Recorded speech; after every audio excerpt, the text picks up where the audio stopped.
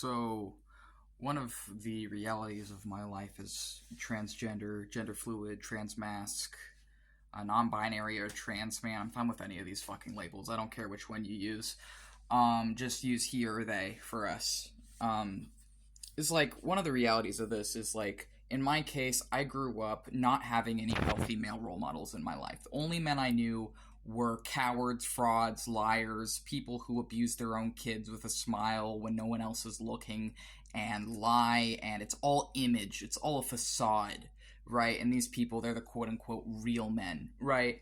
I grew up around people who didn't understand mental health at all, didn't understand disability at all, um, men who would like institutionalize their own wife and have their kids groomed by friends they met on a porn site, and then they send that kid to live with this man that they met on a porn site when they graduate high school for college, right?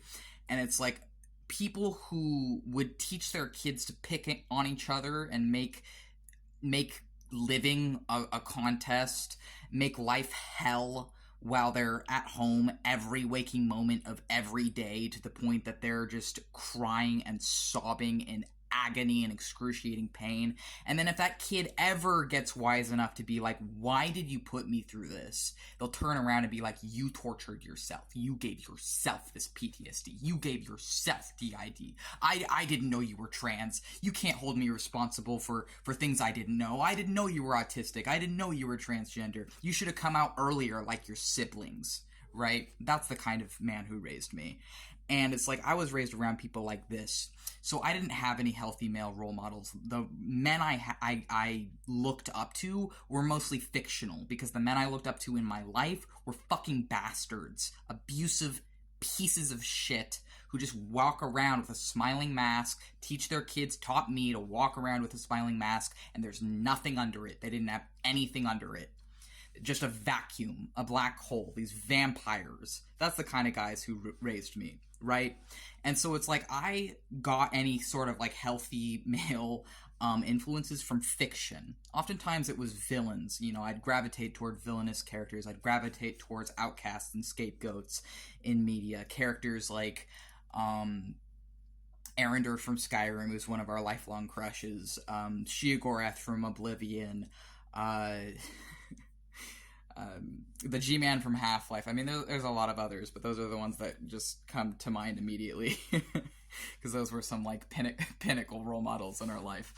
But it's like I didn't have the kind of man I needed in my life. And so when I thought of the kind of guy, because, you know, one of the things when you're raised as a girl, it doesn't matter if you're not really a girl. If you're raised as a girl, one of the roles that you're taught from media and just from the people around you is you're taught that you need a man to save you. You're taught it from the books you read, from fairy tales, from children's stories. You're taught it from, like, Disney.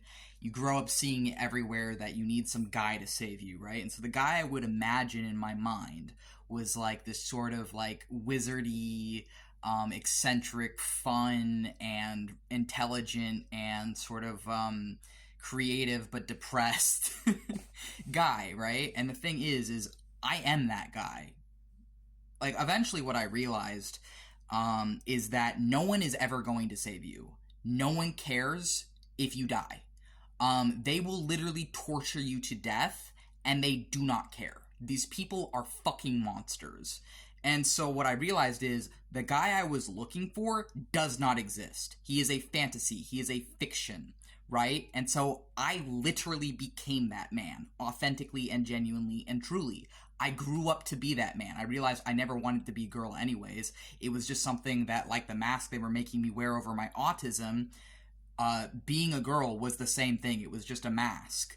And when I realized that, I'm like, why the fuck am I doing this to myself? I'm miserable this way. And so I let myself just be the man I always wanted to be.